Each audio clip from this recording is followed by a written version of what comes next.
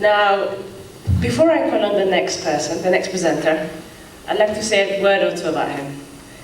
Dr. Endale Workalemahu, who's been the chief of party for MULU project. Does anybody know how many children Dr. Endale has? Dr. Endale claims to have 3 children. Thank you. But most of us who are close to him, who have seen him, know that he has 4 children. And the 4th one is? My wife.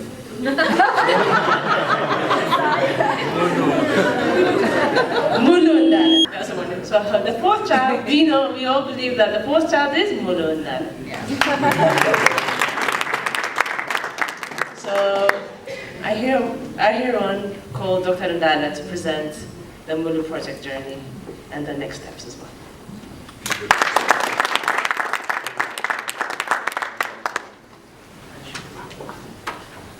Thank you very much, Frey, for your kind words. I'm not a good presenter, so I will be talking. Will you allow me to talk? Will you allow me? Yes. So, I would like to tell you, 6 years ago, on May 31st, 2012, we launched MULU Marcus, HIV prevention project supported by USAID in this hotel. And it was also my day one with PSI Ethiopia. I was on press conference on my day one with PSI. PSI had to move my employment contract beginning from June 1st to May 31st, and which helped me to understand the unit cost for my salary. So thanks Carl, I received my day salary. Thanks USAID for supporting me on my day one. So I'm here to share you the stories of our beneficiaries, the people that are in critical need of HIV services, which are most at-risk population, highly stigmatized, segmented from the general population. And I remember 4 years ago, I went to an area called Riche, behind the exhibition center, and I spoke with a female sex worker called Zara, as her nickname that I usually use. And Zara was standing by her little room to sell sex during daytime. And I spoke with her, what are you waiting? She said, I'm waiting for clients. So I was with my crew and I said, let me speak with this girl. And asked her, what's like the business? So she said, I rent this house for 30 birr, which is, with the current currency rate, is an equivalent of $1 per day for the room she renting from the landlord. And each client pays only 10 to 20 birr, and she has to date 10 individuals to make 200, 300 birr. It's so painful, it's high risk. And she has a child, she has to pay 15 birr, half a dollar, every day to serve as a nanny. And I spoke with her, what's your hope? Why have you checked your health status? She said, there is no any health service around this area. I need to do the work during daytime, and the health services are providing services during daytime. So there is a mismatch between the needs of this population and the current service arrangements that we have. So this is the journey that I would like to share you, the drop-in centers that started with MULU 6 years ago as a behavioral change communication platform. The investment was significant, and we said, are we continuing this investment for the return that we're getting just from behavioral and social services? So we had the chance, one of our previous minister Kasat Abrahan, I would like to recognize him, and Ato Brahanu Faisa from Federal HAPCO, the head of Federal HAPCO at that time, visited the Dredwa drop-in center. And they were visiting and they spoke with the beneficiaries. What do you want? What other services you need? They said, we are spending much of our time at this drop-in center, but there is no service, there is no health service. Then Dr. Kaseta turned his face to the head of the regional health bureau What are we doing here? This is one of our primary health care. Why they are not providing services? This is why we are not providing commodities. So we started our integrated clinical services, including HIV testing services. And later, we built the trust through strong partnership with the government of Ethiopia. To the level we do community RT, HIV self-testing, and diversification of HIV prevention products and technologies into the drop-in centers. That's the journey I would like to share you. So we put Zara as the center of all these services, which is a principle that PSI globally follow. We need to bring comprehensive services packaged to the, whenever possible, to the closer to the door of Zara. So that's what the principle we follow. What's the epidemiologic meaning of working with this key and the priority population? If we compare the HIV prevalence in Ethiopia, in general, among our general population, it's only 0.9% out of 100 million population.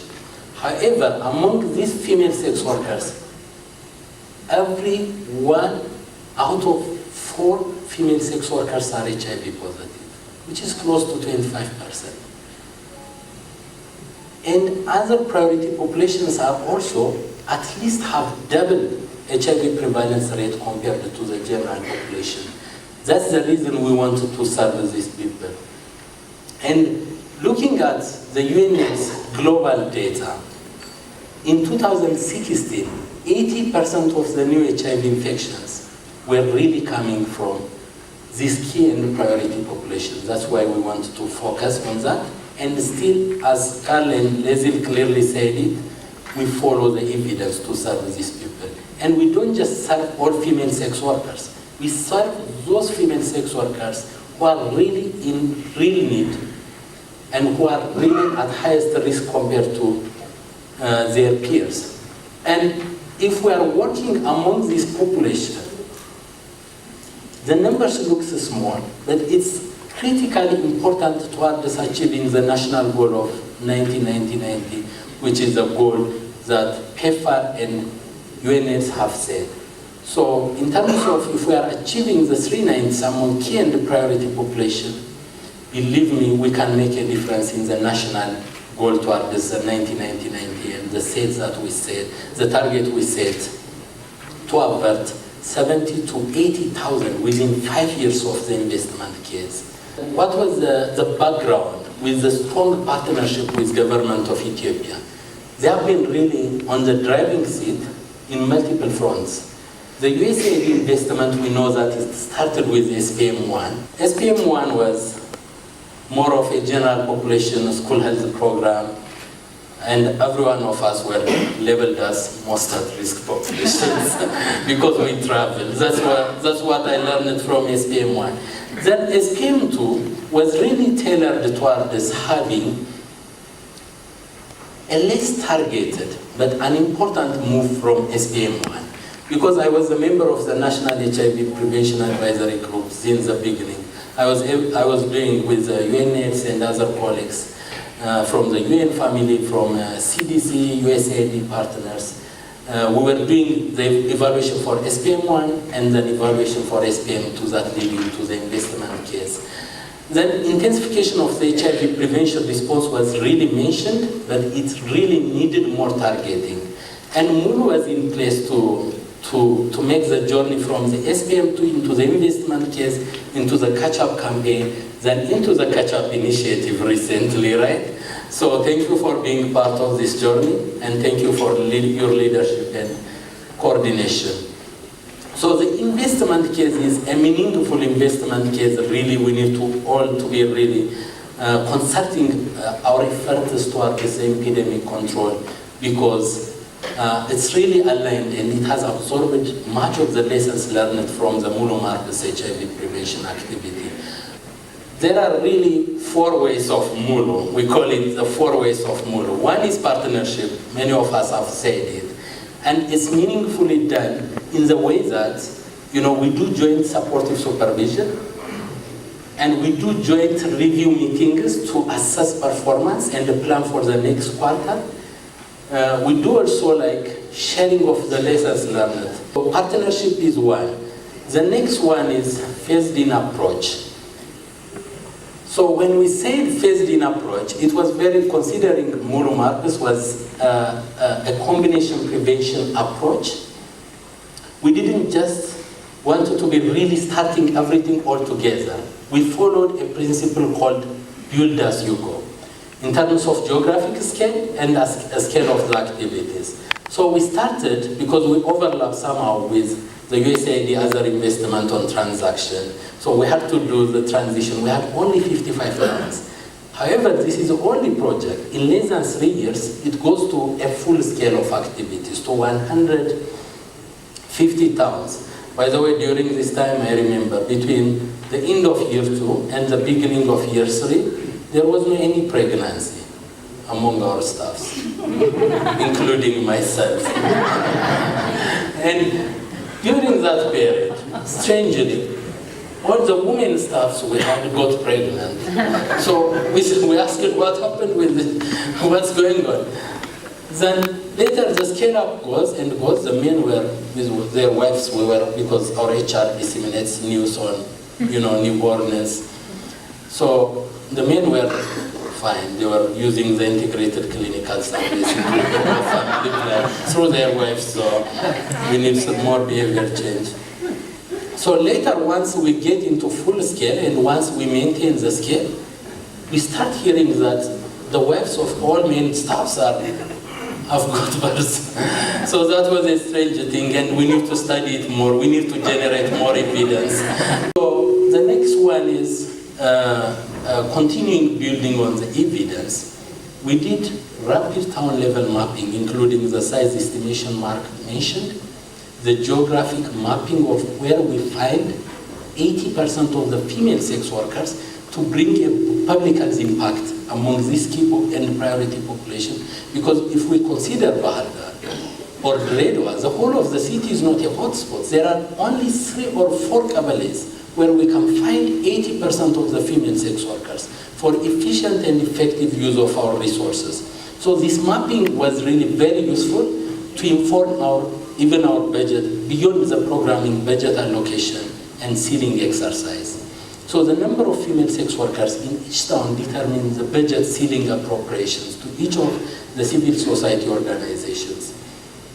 And I say the whole city is not a hotspot, and the dynamics within each of the cities in terms of the home-based, street-based, venue-based female sex workers is diverse, and the proportion of self-identified and non-self-identified female sex workers is diverse. Where you find them geographically, you can draw a line where you can find the street girls within a town. It's like a line where you find them. And this understanding was very useful to inform our investment for the drop-in centers. As I go every town within Ethiopia, the first question I do, and I open a file on GIS, is the hotspot density map. And I see, show me where the DIC is located. That's the question I ask. We put a substantial involvement clause in each of the civil society organizations to inform us where they are planning to open the drop-in centers and whether the government of Ethiopia's stakeholders are involved in the selection of the DIC before we make the investment with the landlords. That was put as a substantial involvement.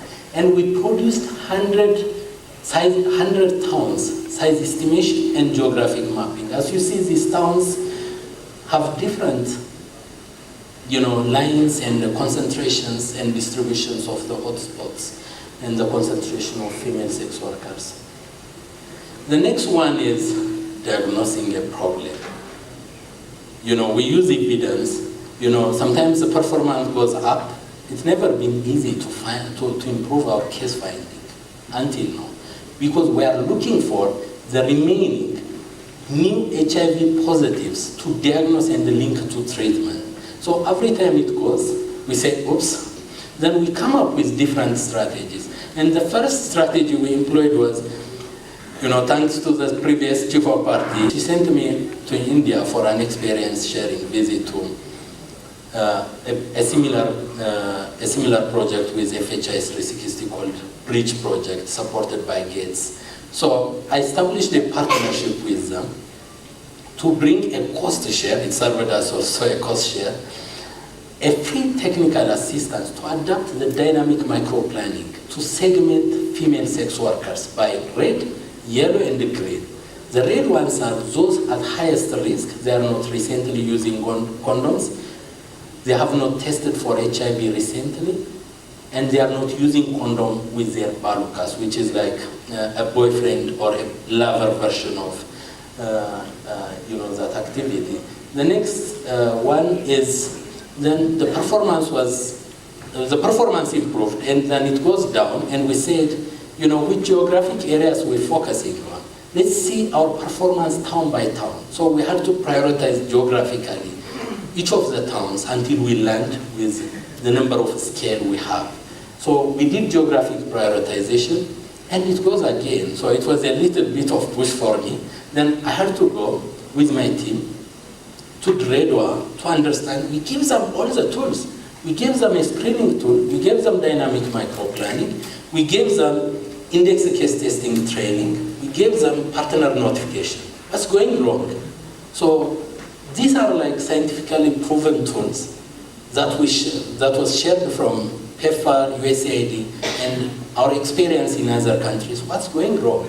So I diagnosed the issue was an operational issue, how to do an outreach in the way that it's more targeted, using the evidence at town or hotspot level. So I wrote, in consultation with my team, we wrote a 7-page document, a guidance on how to operationalize a targeted testing. There were 5 steps that we had to follow. The first one is review your evidence at town level. The second one is make sure that in your planning is led by a peer educator, not by a provider. So that was really a shift in the mindset. I plan and I ask the peer educator versus the peer educator leading the planning and the actual implementation of that, because they know who is at risk. They know the sexual networks. They know the regular visitors. They know their HIV testing targeted, and they monitor their performance. As soon as the performance started going down, they stop because it's drying up. So it's getting diluted. They are starting testing more HIV negative. Drop-in center, star of the month. That was a recognition made for a high-performing peer educator. And the next one is innovation. I think you know much of our innovations in terms of case finding and adapting the index case testing in Alamata. This is a popular story, by the way. They identified one female sex worker who is HIV positive that led us to her sexual partner, and that sexual partner led us to sexual networks of himself. And we found 10 HIV positive individuals through that one index case. So that was really an interesting story. The next one is in Kasanchis area. In Kasanchis area, we identified 3 high-risk female sex workers. Because the case finding was challenging, we started to think as epidemiologists and researchers. And we applied respondent-driven sampling so that they give 3 coupons to each of their social or sexual networks. And we found 19 HIV positives, so just through those 3 individuals. Imagine, we have identified 2,721 HIV positive female sex workers just in FY17, in 1 year period of time.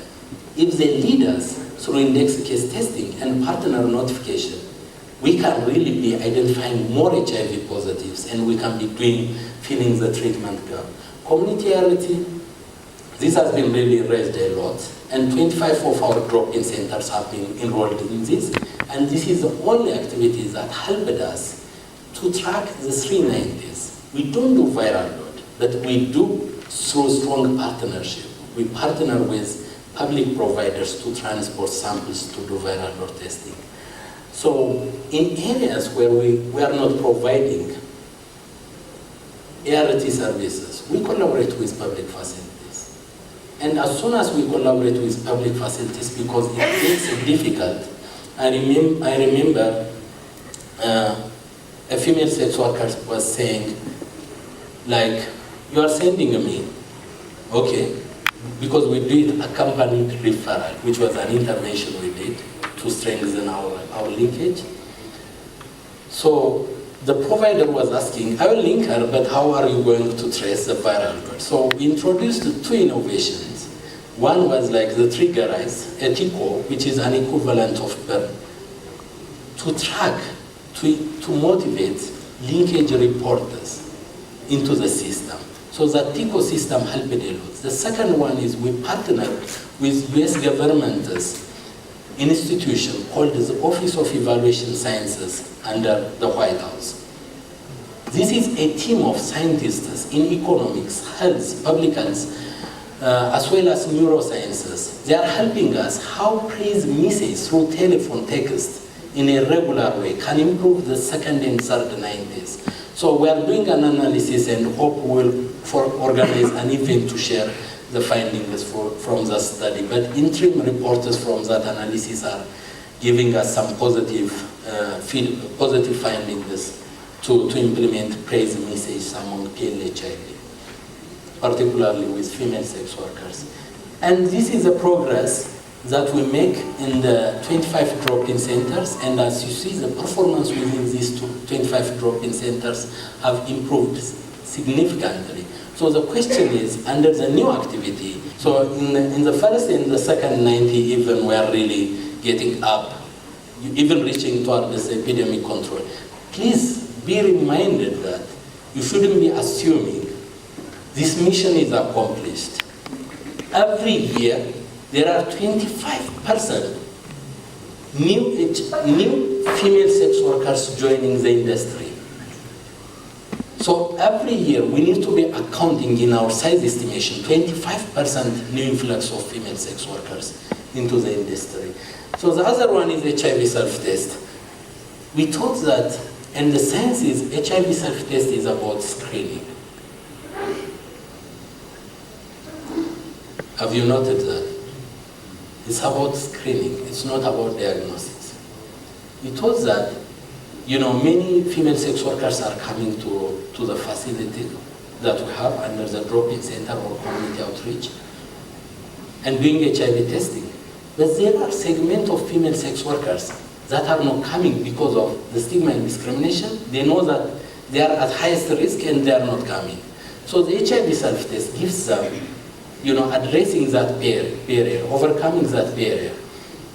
And under the HIV self-test, we tested more than 2,000 individuals. And among those, we found more than 120 HIV positive, which is a case finding rate of 5.5%. So that means in our context, even though it's not really the science that's happening in the Southern Africa with star countries, here we are seeing that even HIV self-test can help in case finding. And the assumption behind with HIV self-test is to screen out most of the HIV negatives. We always talk about the HIV positives, right? We have 600,000 plus KLHIV in Ethiopia, right? Out of close to 100 million population, the majority of the population is HIV negative, right? So we shouldn't be afraid of introducing HIV self-testing to the country, because it really elevates our health system. It's also a system issue where we are overburdening. When we are talking about commodities, how do we really decentralize HIV self-testing, taking these lessons to a community level or to a private provider level? That's the question I put also, and things forethought under the follow-on USAID HIV services for care and priority population. By this pilot, globally, we have been recognized from 2016, which was a no policy country. If you see Ethiopia on the left side, it's red, right? If you see Ethiopia on the right side, it's light green. So it says globally we have been recognized as policy is under development. congratulations for us, to Ethiopians. We need to move toward this darker and darker green. By the way, we disseminated, we did a national dissemination on HIV self-testing last Thursday in the presence of more than 65 people. I'm sure participants also were there, and we shared the detail of the lessons. And Ethiopian Public Health Institute shared us a great result from the HIV self-test validation, which was a sensitivity of 99.5% and a specificity of 100+. And they were reading each other because this is a screening tool. Every HIV positive we get, we enroll them through the national algorithm, right? So under this validation study, even for half of the samples, even the HIV negatives were enrolled into the national algorithm system. So through that validation study that was done at different levels with diverse groups, the oral quick HIV self-test kit was in agreement with the national level algorithm by 99.75%. So this is a promising result I would like to share you. So using the HIV self-test, there is a story with Tegist. Tegist diagnosed herself to be HIV positive using the HIV self-test. She said, I told you at the beginning, I don't trust this HIV self-test. So I don't trust it, I'm not accepting this result, I'm going home. So she went home. And a case manager, she's in this room, right? Yeah, she's in this room. A case manager started tracing where she is, the whereabouts of this woman, and she found which venue, which bar she works. And the bar manager spoke with her, why you are troubling this woman? Then she spoke with him, I just wanted to encourage her to regularly come to the drop-in center. Then he encouraged her to come to the drop-in center because he saw, before her, he went to the drop-in center to understand what it is. And then he encouraged her to go, and she came and she was confirmed. She's now on ART, she's confirmed positive. Tegist is on ART, and she has trusted the result because she saw that reading each other. And commodities, thanks to USAID, through their central mechanism, they are serious about this mechanism. They diversify our prevention products and technology. We have condoms dispensary, we have added personal lubricants, because particularly the older female sex workers, women, by the way, we know them, we segment the different female sex workers. And because of biological reasons, as the age increases, the mucosa started to be drying, which is really increasing the friction and creating an enabling environment for HIV transmission. So this lubricant is helping, and the uptake is increasing over time. We did an evaluation on that. Unique identifier code, I have to be honest, it was really a challenge, but we're really coming closer to solution. We were using a qualitative unique identifier code. Female sex workers change names as they move. So we were, and how do we really use their names? And we don't, in Ethiopia, many of us do not know our birthday. I know many people here know their birthday. Apologies, I don't know my birthday. I have an estimated birthday, so you don't have to freely celebrate my birthday every time you want to. So the unique identifiers code uses the mother's name, the father's name, the number of the unique ID that the government gave for the drop-in center, and the unique ART site number. So that can track them better. So it's not perfect, it's not tracing 100%, but it's tracing 80 to 90% of our beneficiaries. And USAID's continuous support, we are very optimistic. And their support is so meaningful. I would like to share you how the SIMS has helped us to improve quality of services for quality improvement and quality assurance. These are a case of 3 towns where we moved in FY15 with some 15% yellow. In FY16 it goes to 12% yellow, and in FY17 it's 7% dark green. And the USAID team came to do a SIMS visit to the PSI headquarters. We scored all indicators 19 dark green. So thank you very much. It doesn't mean we don't have area for improvement. We know those recommendations, but based on the objective criteria USAID used, that was really an interesting one. So I wanted to socialize now with MULU witnesses. Can you click it? So MULU was visited by His Excellency Minister Amin for Health, and the recent ambassador. We had a visit in Redwa, Honorable Ambassador to the US Embassy in Addis Ababa, Michael Reno. I'm not good at calling English names, but today I did great, right? Yeah, okay. This is Dr. Kaseta Bran and Tobrahanu, who supported us a lot in transitioning the diocese to the next level. Michelle CDB also visited us. Guess with whom? Who met Victoria Beckham before? Yeah, so thank you, Ryan, from UNX. They want really to visit this one, and Michelle CDB tweeted about this activity saying, leaving no one behind in Ethiopia, and Victoria Beckham is a special ambassador to the UNAIDS, which is really a great opportunity. So Congress people also visited this activity. This is a recent activity that we had with the Deputy Mission Director in Mekelle. The previous HPN head was there in Redwa. Wendesan, I saw you.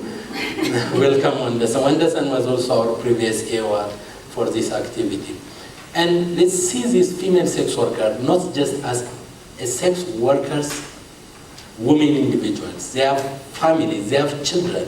35% of the female sex workers have children, and of those 38% have 2 or more children. So how do we really resolve this issue? Through our integration with prevention and care activity. Thanks for joining hands for the fall. So we'll be really dealing with those. Innovation is paying off. The meaningful engagements that I mentioned helped us a lot with beneficiaries and the 25 local implementing partners and CSOs.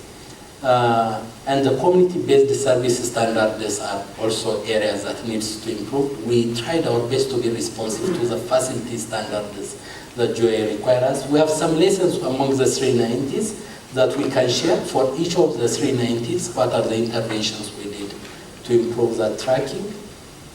And MULU has challenges. Declining resources before we reach to an epidemic control level. We are not yet there as a nation with 1990. Even though we reach closer to there, which we are far behind, we need to deal on 95. So it's not timely to be reducing resources for such key and priority population.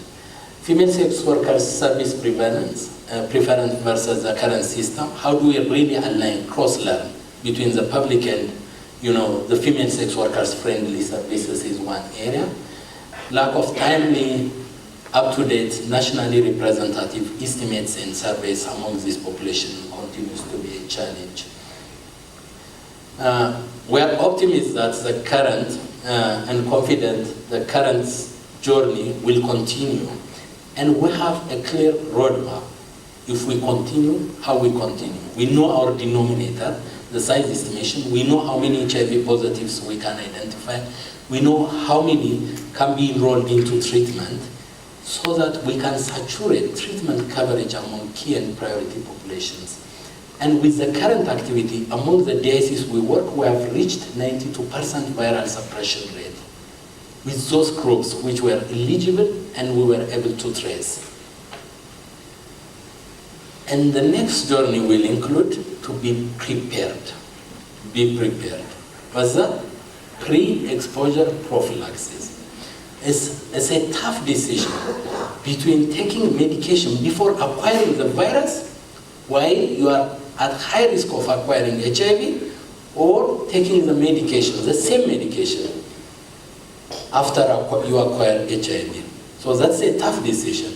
However, I'm sure your social fears are what? Drug drug resistance. The current ART system, we have been in ART for the last almost how many years? Since 2005, it has been free, right?